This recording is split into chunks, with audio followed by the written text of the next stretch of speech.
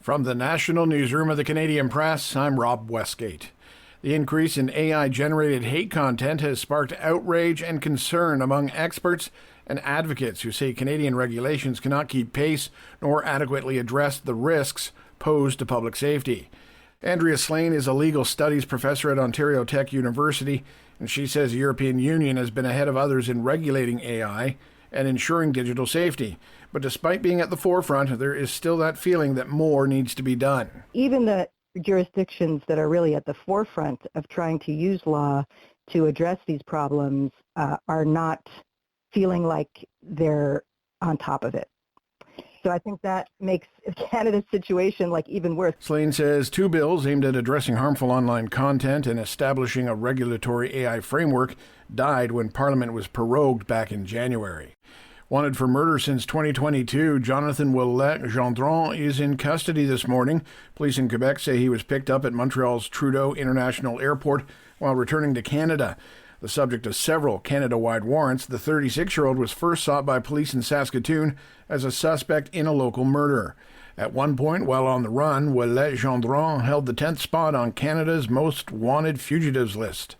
Out-of-control wildfires in Newfoundland are being bolstered by windy and dry conditions, making it more difficult for fire crews to get a handle on them. A trio of blazes have forced hundreds of people to evacuate their communities.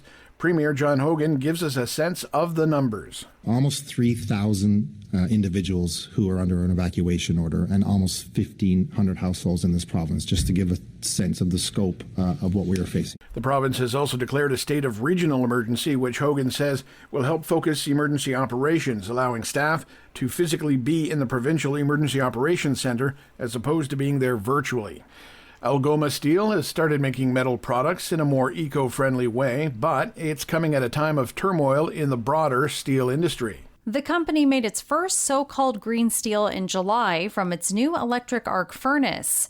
It's a much more expensive process compared to making regular steel, but it also slashes emissions.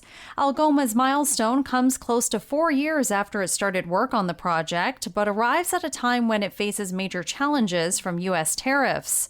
Experts say the prospects of eco-friendly steel are in doubt as the U.S. trade war also disrupts the industries that are big buyers of steel. Michelle Zedekian, The Canadian Press. And finally, a scientist says fragments of a meteorite that punched through the roof of an Athens, Georgia home is older than the Earth itself. Geologist Scott Harris says the meteorite fragments have been dated as 4.56 billion years old. He says it was traveling faster than the speed of sound when it punched into Earth's surface. This is the Canadian Press. In sports, a couple of games in the CFL. We start with the Calgary Stampeders, who beat the Winnipeg Blue Bombers 28-27. Kicker Rene Paredes booting a 40-yard field goal with no time left on the clock. Earlier, Drew Brown threw for 5 touchdown passes, including an 11-yard toss to Justin Hardy with just 41 seconds remaining to lead the Ottawa Redblacks to a 46-42 victory over the Toronto Argonauts. In Major League Soccer action, DeAndre Kerr headed home a cross in the 91st minute, lifting Toronto FC into a 1-1 draw with the high-flying Philadelphia Union. Elsewhere, CF Montreal posted the same score, 1-1, in their contest against Atlanta, while the Whitecaps were on the wrong side of a 2-1 decision in a match with the San Jose Earthquakes.